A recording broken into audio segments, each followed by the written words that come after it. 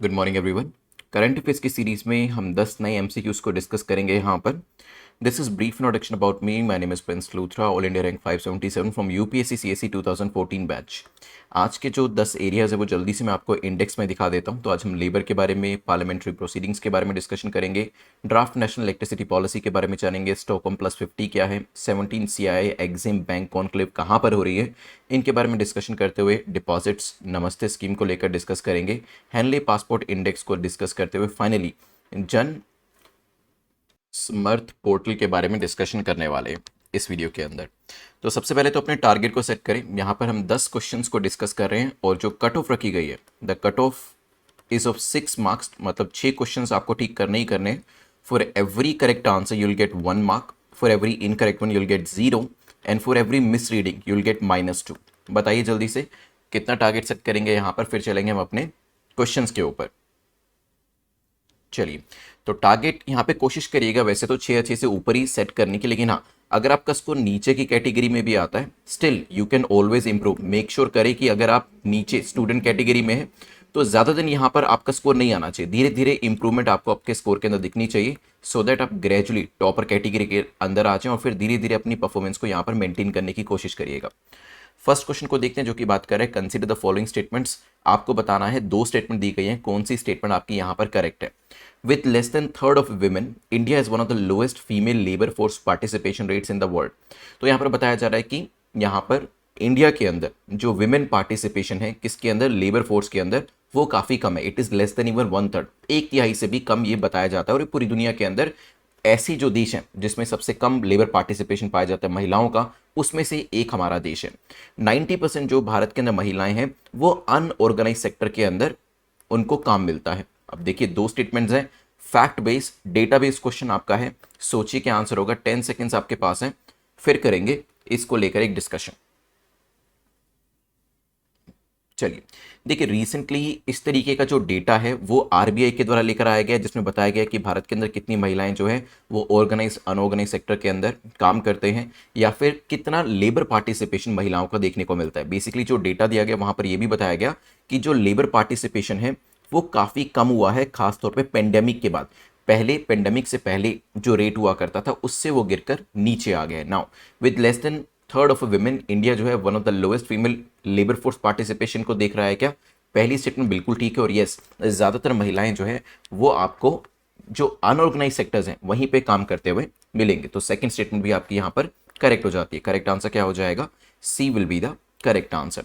ये चीज़ ध्यान रखिएगा, जब हम बात करते हैं पेंडेमिक की, कोविड की भी, तो कोविड की वजह से भी जो लेबर फोर्स पार्टिसिपेशन है महिलाओं की तरफ से वो काफ़ी कम हुआ है। ये भी ध्यान रखिएगा, जब कोविड हुआ था, जब ले ऑफ पीरियड शुरू हुआ था, लोगों को जॉब से निकाला जा रहा था, तो वहाँ पर भी महिलाओं को ज़्यादा टारगेट किया गया था। मीन्स कि अगर किसी जगह पर 10 लोग काम करने वाले थे, जिसमें से मान लीजिए 7 मेल थे और 3 फीमेल्स थे, तो वहाँ पर ये एक टेंडेंसी देखने को मिली थी कि जो एम्प्लॉयर थे वो पहले फीमेल को फायर कर रहे थे, ठीक है। और यहाँ पर काफ़ी सारी फीमेल्स जिनको फायर किया गया, जिनको जॉब से निकाला गया, वो दोबारा से काम पर नहीं आए। तभी यहाँ पर जो डेटा है वो ये बता रहा है कि पेंडेमिक से पहले के कंपैरिजन में अभी पार्टिसिपेशन कम देखने को मिलेगा। चलिए, let's move to next question. यहाँ पर 2 स्टेटमेंट देके पूछा जा रहा है कि बताएं कौन सी स्टेटमेंट करेक्ट है, कौन सा कथन सही है। यहाँ पर इसको अंडरलाइन या इसको सर्कल में जरूर डालिएगा जो भी चीज़ आपसे पूछी गई है। The leader of the largest opposition party who ranks at least 1/5 of the total strength of the house is recognised as leader of opposition in that house. तो लीडर जो लार्जेस्ट अपोजिशन पार्टी का होता है, बेसिकली उनके पास कम से कम 1/5 number of seats होनी चाहिए। Total strength of the house मतलब अगर हम लोकसभा राज्यसभा की बात करते हैं तो टोटल हाउस का 1/5, 1/5 इतनी सीट्स उनके पास होनी चाहिए, ताकि उनकी पार्टी को अपोजिशन पार्टी और यहां पर जो उनके लीडर हैं उनको लीडर ऑफ अपोजिशन के तौर पे रिकॉग्नाइज किया जा सके। हो सकता है 1977 के अंदर एक स्टैट्यूटरी रिकॉग्निशन जो थी वो दी गई थी लीडर ऑफ अपोजिशन को in the Lok Sabha and Rajya Sabha. तो पहली बार 1977 में ऐसा हुआ था क्या, मे बी। और क्या ऐसी रिकॉग्निशन दी भी गई है या फिर क्या कोई स्टैट्यूटरी रिकॉग्निशन दी गई है, ये भी हो सकता है। सोचिए, 10 सेकेंड्स आपके पास है, फिर करेंगे डिस्कशन इसको लेकर क्या आंसर हो सकता है। देखिए, क्या हमारे हाउसेस के अंदर लीडर ऑफ अपोजिशन होते हैं? बिल्कुल, लीडर ऑफ अपोजिशन लोकसभा में भी होते हैं, ठीक है, और लीडर ऑफ अपोजिशन राज्यसभा के अंदर भी होते हैं।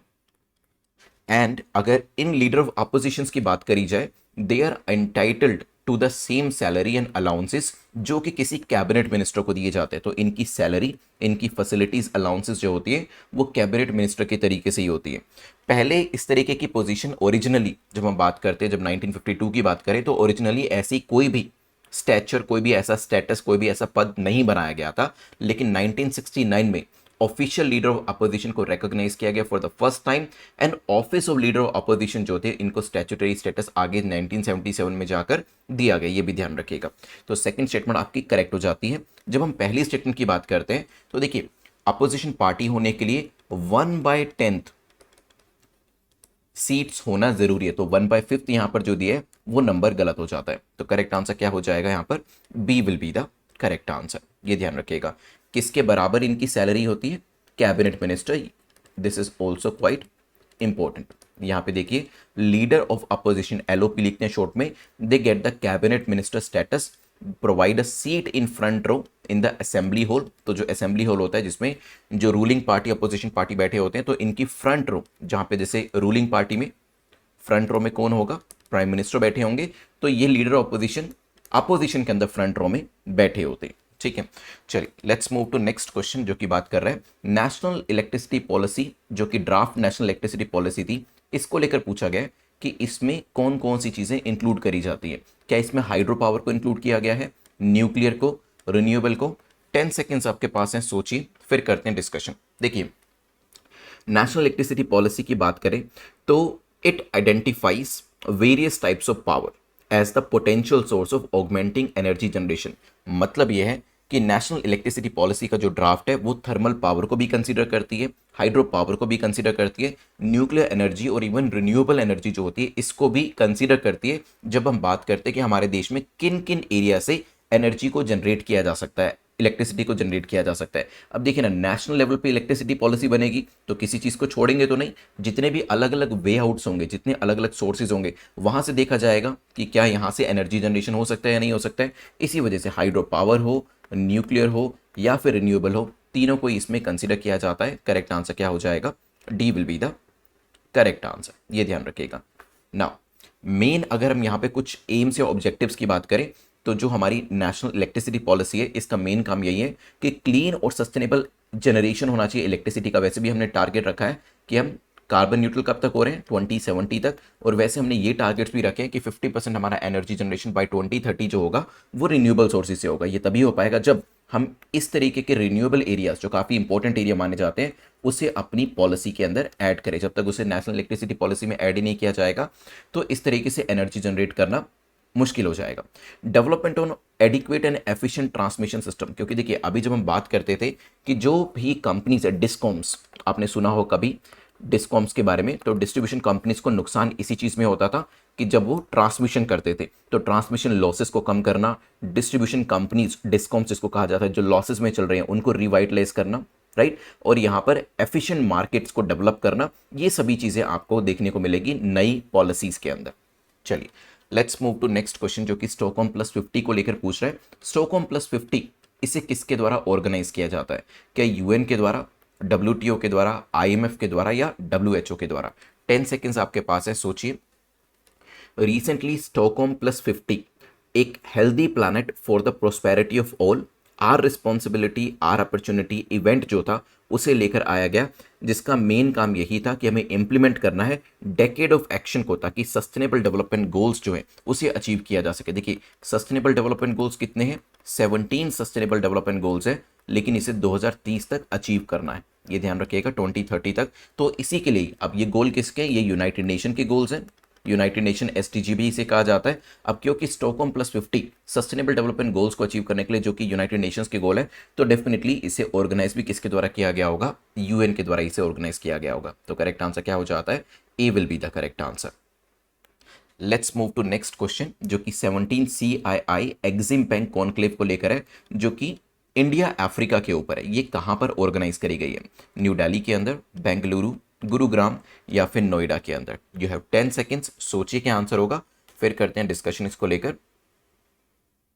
काफ़ी सारे डिप्लोमेट्स अफ्रीकन नेशन से आए हैं यहाँ पर इसके अंदर, जो 2 दिन का इन्वेस्टमेंट मीट था इसके अंदर पार्टिसिपेट करने के लिए। तो ये जो मीटिंग कराई जा रही है it is organised at New Delhi. वैसे भी इंडिया अफ्रीका जो है दोनों लेवल के जो मतलब ऑफकोर्स गवर्नमेंट लेवल के ऑफिसर्स होंगे, और यूजुअली वैसे अगर हम बात करें इकोनॉमिक लेवल की जो मीटिंग्स होती है मुंबई में होती हैं, बट वैसे इस तरीके के कॉन्क्लेव कहीं पर भी कराए जा सकते हैं, क्योंकि यहाँ पर हम इंडिया अफ्रीका एक दूसरे नेशन की बात कर रहे हैं और उनके गवर्नमेंट ऑफिसर्स भी यहाँ पर होंगे। तो New Delhi would be the most appropriate place. ठीक है, तो करेक्ट आंसर क्या हो जाता है? A will be the correct answer here. चलिए यहां से आगे बढ़ते हैं क्वेश्चन नंबर 6 की तरफ। आपका net 50 coupon code is still available, जो आप यूज़ कर सकते हैं वेरियस सीरीज़ के लिए। तो मैंने आपको पहले भी बताया कि अगर आप सेल्फ स्टडी भी कर रहे हैं इवन दैट इज़ एक्सेप्टेबल, उसमें भी कोई दिक्कत नहीं है, आपका एग्जाम तब भी पास हो जाएगा। लेकिन हाँ, आपको ये चीज़ ज़रूर इंश्योर करनी है कि डे वाइज आपके पास शेड्यूल होना चाहिए। आपके पास डे वाइज, आपके पास वीक वाइज, आपके पास मंथ वाइज अगर आपके पास शेड्यूल है तो सिर्फ बुक्स की ज़रूरत होती है और एक कमिटमेंट डिटर्मिनेशन की ज़रूरत होती है, जो आपको फाइनली आपके गोल तक लेकर जाती है। ये चीज़ ध्यान रखिएगा। तो प्लीज़ मेक श्योर कि आपका ये प्लान जो है वो रेडी होना चाहिए। Let's move to next question. Question number 6 की बात करते हैं। It refers to the deposit paid by a buyer to a seller. हमें किसी चीज़ की बात करें जो आपको ऑप्शंस में दी गई है, जिसका मतलब है इसमें डिपॉजिट पे किया जाता है एक खरीदार के द्वारा और ये सेलर को दिया जाता है। कुछ डिपॉजिट जो है बायर सेलर को दे रहा है और ये गुड फेथ में दिया जाता है। ठीक है, बायर ये गुड फेथ में दे रहा है इन परचेजिंग अ प्रोडक्ट या फिर होम। तो बेसिकली ऐसा पैसा जो कि बायर किसको दे रहा है? सेलर को दे रहा है, ये फेथ के तौर पे। जैसे आपने कई बार सुना होगा कि कोई व्यक्ति घर खरीद रहा है तो टोकन मनी दे देता है, तो उसको क्या कहा जाता है? क्या उसको गुडविल मनी कहा जाता है? क्या उसको बिड प्राइस कहा जाता है? क्या उसे अर्नेस्ट मनी कहा जाता है या ऑक्शन मनी कहा जाता है? 10 सेकेंड्स। रिसेंटली ये जो मनी थी ये काफ़ी सारे टेलीकॉम जायंट्स जो थे, जिसमें अभी तो नए नए प्लेयर्स आ रहे हैं, even Adani is also entering into this area now. ठीक है, तो जियो जो है अंबानी का, वोडाफोन, एयरटेल, इवन अडानी, इन्होंने भी अर्नेस्ट मनी डिपॉजिट किया है। इसे क्या कहा जाता है? अर्नेस्ट मनी डिपॉजिट जो है वो यहाँ पे दिया है ताकि फ्यूचर में जो स्पेक्ट्रम एलोकेशन है उसमें इनको आसानी हो सके। Earnest money refers to deposit जो कि बायर्स पे करते हैं टू अ सेलर, और ये गुड फेथ में किया जाता है किसी भी प्रोडक्ट या किसी भी घर को या किसी भी दूसरी चीज को खरीदने से पहले। The money buys more time to the buyer. ये पैसा किस लिए दिया जाता है कि अभी जैसे मान लीजिए आप घर खरीदने जा रहे हैं, आप ए हैं, आप बी से घर खरीद रहे हैं, तो आप एक टोकन मनी जो है वो दे देते हैं, एक अर्नेस्ट मनी 1 लाख रुपीज दे देते हैं कि आप अभी इसको रखिए, एक तरीके से जो घर है वो आप मुझे को ही बेचेंगे, और देन इसके बाद आपको 1 या 2 महीने का टाइम मिल जाता है जिसमें आप बाकी का, मान लीजिए 1 CR का घर है तो बाकी 99 लाख रुपीज आप इस पूरे टाइम में जो आपको एक्स्ट्रा टाइम मिला है इसमें आप अरेंज करके सेलर को पे करेंगे। ठीक है, सो दैट ये बेसिकली एक्स्ट्रा टाइम, ताकि आप फंडिंग जो है वो यहाँ पर इंश्योर कर सके, जो एक्स्ट्रा पैसा आपको चाहिए घर खरीदने के लिए वो यहाँ पर आप इंश्योर कर सके। चलते हैं यहाँ से आगे बढ़ते हुए नेक्स्ट क्वेश्चन नंबर 7 के ऊपर। क्वेश्चन नंबर 7 बात कर रहा है Namaste scheme is related to what. ये प्राइमरी एजुकेशन से रिलेट करती है, फॉरेन ट्रैवलर से रिलेट करती है, नेशनल मॉन्यूमेंट से, या फिर none of the above. 10 seconds आपके पास है, सोचिए। सेंटर जो है they are coming up with some initiative जो कि नमस्ते स्कीम से रिलेट करता है। And when we talk about Namaste scheme, इसका मेन टारगेट जो है जीरो सीवर डेथ। ठीक है, ये हमारा टारगेट है। ठीक है, सुएज की वजह से, जैसे आपने सुना होगा काफ़ी बार, कुछ लोग जो हैं जो सीवर्स होते हैं उसमें उतर कर उसकी सफाई करते हैं और काफ़ी सारी जहरीली और काफ़ी सारी पॉइजनस गैसेस जो हैं वो सीवर के अंदर होती है, जिसकी वजह से काफ़ी सारे लोगों की जान चली जाती है। तो यहाँ पर कहा गया है कि इसमें कोई भी जो टॉलरेंस होगा वो नहीं दिखाया जाएगा। टॉलरेंस बहुत सारी दूसरी जगहों पे बेशक से सही हो, लेकिन इन चीज़ों के लिए इनटॉलरेंट होना भी ज़रूरी है कि एक भी डेथ जो है वो इस वजह से नहीं होनी चाहिए। तभी यहाँ पे सरकार ने कहा जीरो फर्टैलिटी। ठीक है, इसमें हम किसी भी तरीके की टॉलरेंस को नहीं देखेंगे। जैसे हम कहें करप्शन में भी कोई टॉलरेंस नहीं होनी चाहिए, वहां पर भी जीरो टॉलरेंस होनी चाहिए। ठीक है, सेंटर जो है वो नमस्ते स्कीम के साथ आ रहा है मिड ऑफ अगस्त, जो अगला महीना है उसके बीच में ही कहीं पे आपको यहाँ पर इसके काफ़ी सारे जो प्रोविजंस है, जो स्कीम है वो यहाँ पर आती हुई दिखाई देगी। तो करेक्ट आंसर हो जाएगा नन ऑफ द अबव, क्योंकि ये ना ही प्राइमरी एजुकेशन, ना ही फॉरेन ट्रैवलर, ना ही नेशनल मॉन्यूमेंट से इसका कोई लेना देना है। ठीक है, यहाँ पर मैं आपको एक बार इसका जो कुछ एम्स है वो दिखा देता हूँ। देखिए, एम्स में zero fatalities in sanitation work in India, no sanitation workers come in direct contact with human faeces matters, access to alternative livelihood also. ठीक है, ये ध्यान रखिएगा। चलते हैं नेक्स्ट क्वेश्चन के ऊपर जो कि नमस्ते स्कीम को लेकर ये पूछा गया, नमस्ते स्कीम को लेकर बताएं कौन सी स्टेटमेंट आपकी करेक्ट है। Scheme is to be implemented by ministry of social justice empowerment only, तो कौन सी मिनिस्ट्री से इंप्लीमेंट कर रही है वो यहाँ पे नाम दिया है। एज ऑफ नाउ कोई भी सेंट्रलाइज डेटा हमारे पास वर्कर्स के लिए अवेलेबल नहीं है जो कि इस तरीके के क्लीनिंग के अंदर इन्वॉल्व है। May be the Namaste scheme replaces the self employment scheme for rehabilitation of manual scavenger, तो एक पुरानी स्कीम है जिसको ये रिप्लेस कर रहा है, ये भी हो सकता है। 10 सेकेंड्स आपके पास है, सोचिए फिर करते हैं डिस्कशन। क्या इसे मिनिस्ट्री ऑफ सोशल जस्टिस लेकर आ रही है या कोई और मंत्रालय है?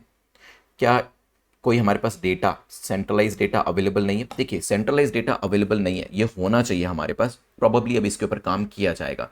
लेकिन क्या इसे सोशल जस्टिस एम्पावरमेंट मिनिस्ट्री लेकर आ रही है? बिल्कुल ठीक है, इसे सोशल जस्टिस एम्पावरमेंट मिनिस्ट्री लेकर आ रही है, लेकिन क्योंकि यहाँ पे ओनली लिखा है, ओनली की वजह से ये स्टेटमेंट गलत हो जाती है, क्योंकि इसे सोशल जस्टिस एम्पावरमेंट के साथ साथ ministry of housing and urban affairs ये भी लेकर आएगी, तो दोनों साथ में यहाँ पर कोलैबोरेट करके इसे लेकर आ रही हैं।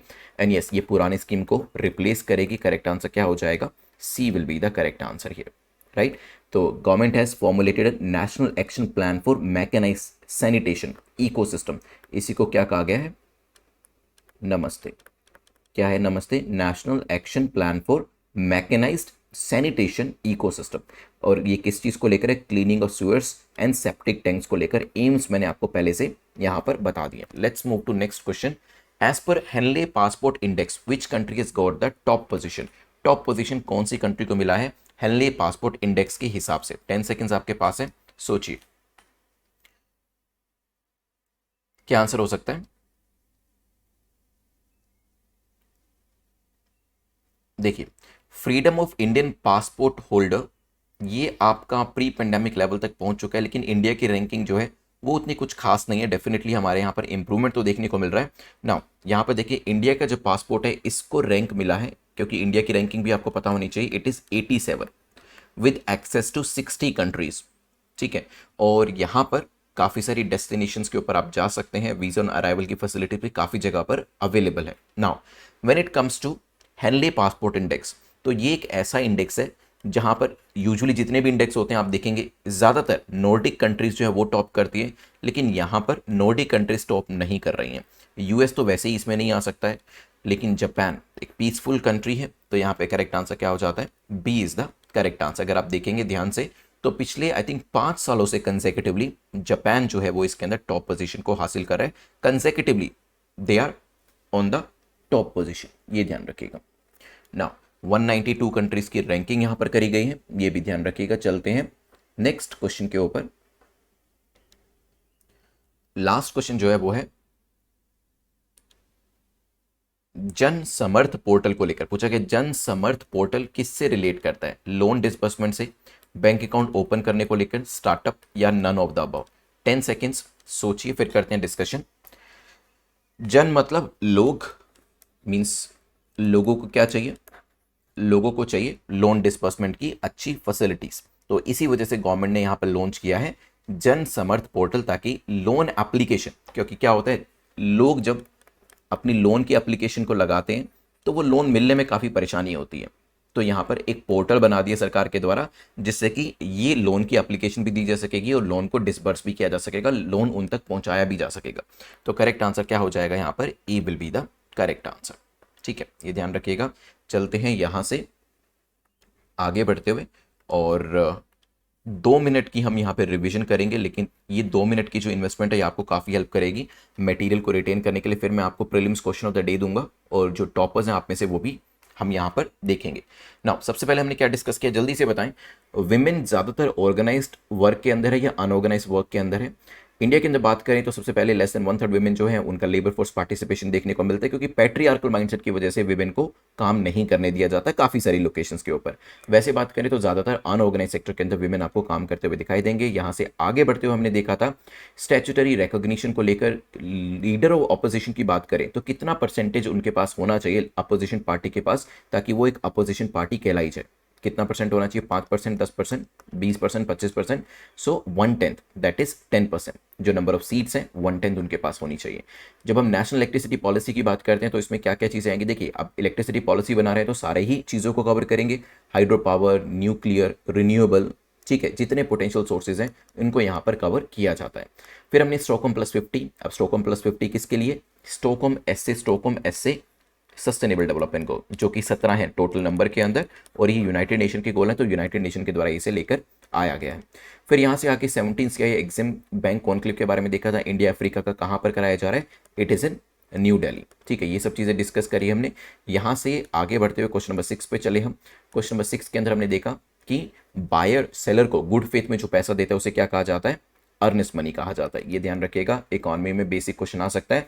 और कई बार अगर आपको क्वेश्चन समझ नहीं आता ना इंग्लिश के अंदर कि यार ये चारों में से क्या हो सकता है, आप हिंदी में भी उस चीज़ को पढ़ सकते हैं। सारे क्वेश्चंस को नहीं पढ़ना है, सारे क्वेश्चन को पढ़ोगे तो बहुत ज़्यादा टाइम वेस्ट हो जाएगा। लेकिन हाँ, जहाँ पर आपको समझ में नहीं आता, जैसे यहाँ पर अगर आप बयाना देख लेते तो हो सकता है आपको यहाँ से आइडिया लग जाता है कि हाँ ये आंसर है। तो कई बार हिंदी में क्वेश्चन पढ़ लेना सही रहता है, कुछ चीज़ें वहाँ से क्लियर हो जाती हैं। और कई बार हिंदी मीडियम के जो स्टूडेंट्स हैं उनको हिंदी में नहीं समझ में आ रहा है या लगता है कि ये चीज़ समझ में नहीं आ रही, तो इंग्लिश में पढ़ लीजिए, क्योंकि कई बार दूसरी लैंग्वेज के अंदर जो रोज़मर्रा की भाषा में हम जो शब्द यूज़ करते हैं वो यूज़ किए होते हैं, और वो आपके कहीं ना कहीं क्वेश्चन को सोल्व करने में हेल्प कराता है। नमस्ते स्कीम किससे रिलेट करती है, ये है आपकी सुएज को लेकर, जीरो सीवर डेथ को लेकर। फिर हमने ये भी देखा इसके अंदर कौन सी मिनिस्ट्री शामिल है, नाम बताइए, ministry of social justice and ministry of housing and urban affair इसमें शामिल है। ये पुरानी स्कीम को रिप्लेस कर रही है, और साथ ही साथ हमने ये भी देखा कि इसमें कोई भी सेंट्रलाइज डेटा हमारे पास नहीं है। फिर हमने देखा हेनली पासपोर्ट इंडेक्स में टॉप पोजीशन किसकी है, हमारा रैंक तो 87 के आसपास है। वैसे यहाँ पर जापान जो है वो टॉप पोजीशन पे है। और जन समर्थ पोर्टल के बारे में देखा जो कि लोन डिस्बर्समेंट को लेकर है, ये भी ध्यान रखिएगा। जल्दी से मुझे बताइएगा prelims question of the day में नमस्ते स्कीम जो है वो किस एरिया को लेकर है, किससे रिलेट करती है, ये तो होगी पहली चीज़। ठीक है, कि ये किससे एसोसिएट करती है। सेकंड चीज़, आप चाहें तो मुझे बता सकते हैं कि मिनिस्ट्री इसके अंदर कौन सी एसोसिएटेड है, क्या एक मिनिस्ट्री है, मल्टीपल मिनिस्ट्रीज हैं, वो भी आप यहाँ पर आंसर कर सकते हैं। सो आई होप यहाँ पर आपने अच्छा स्कोर किया होगा। जल्दी से मुझे अपना स्कोर बता दीजिए, 10 में से कितना किया है। 10 on 10 है तो definitely you are on the top position. लेकिन हाँ, डोंट वरी, ग्रेजुअली यहाँ पर परफॉर्मेंस आपकी इंप्रूव होती चली जाएगी। जस्ट कंसिस्टेंटली आपको ये प्रैक्टिस करना पड़ेगा।